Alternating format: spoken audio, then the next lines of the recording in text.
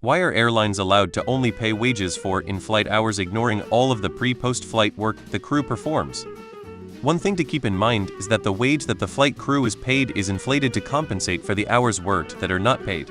I would love to see it become standard for flight crews to be paid from the minute they arrive at the airport until the minute they leave the airport, but if that ever happens, the hourly wages will be lowered to reflect that.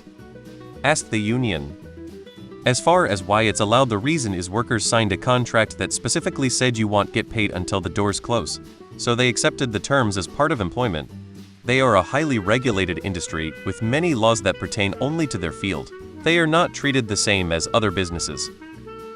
Is this a global statement or just in your country? I'm not sure, but it sounds a lot like trucking, where you get paid by the mile. Company truck breaks down in their yard? Not paid. No trips? Not paid. Stuck in traffic? Not paid. Border crossing is backed up? Paid, but only after X amount of time. Previous driver forgot to submit the load paperwork and you needed to cross the border? Not paid. Highway shut down due to weather?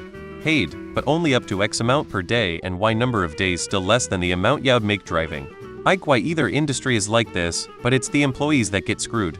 People can say that you should choose another career all you want, but not everyone has every option open to them. Their schedules are weird, so it's an easy and objective way to decide pay. The question I have is, how can they get out of not having workers' comp engage before the doors close? They are definitely on the job.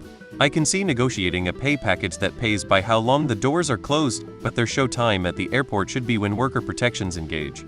Seems like a little loophole that should be closed. I don't know, but I wonder if it's legally the equivalent of being on call. You're not working, you're just waiting to see if y'all work. I'm not sure how it started, but we do get paid good for flight hour. All time on the ground waiting for a flight is unpaid. Let's say you land in Lax from Denver, but your next flight goes to Phoenix in 3 hours.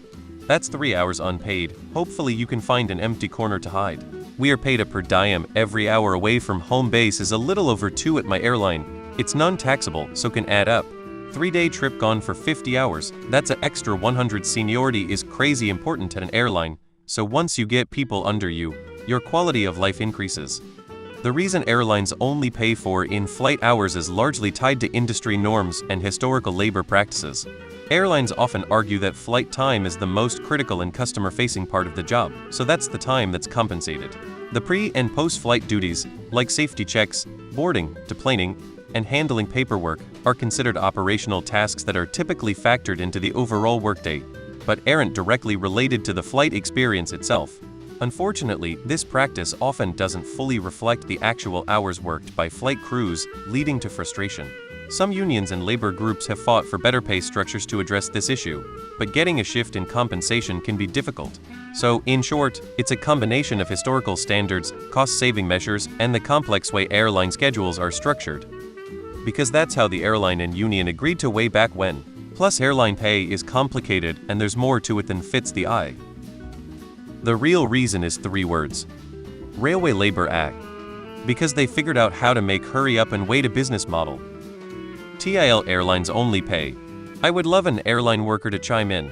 I believe one of the reasons is when crew is being paid, the clock to when they have their next required rest period is ticking. If they go on duty X number of hours before a flight door closes because there is a delay, they risk timing out while in the air. This would cause a lot of flights to be cancelled, because it's industry standard to do so. Yet none of the airlines want to actually make it an industry-leading contract by changing the status quo. Why are just focusing on airlines? This is common in every field, because it's been that way since commercial aviation first started. In fact, it used to be even worse. Flight crews were only paid for wheels up time until wheels down time. All the taxi, ground time and such was unpaid. After a few accidents happened where the crew waited until the last minute to drop the gear, and the gear didn't drop in time to make a safe landing, things changed. Because that's what the market asks and people apply for jobs to fill the vacancies.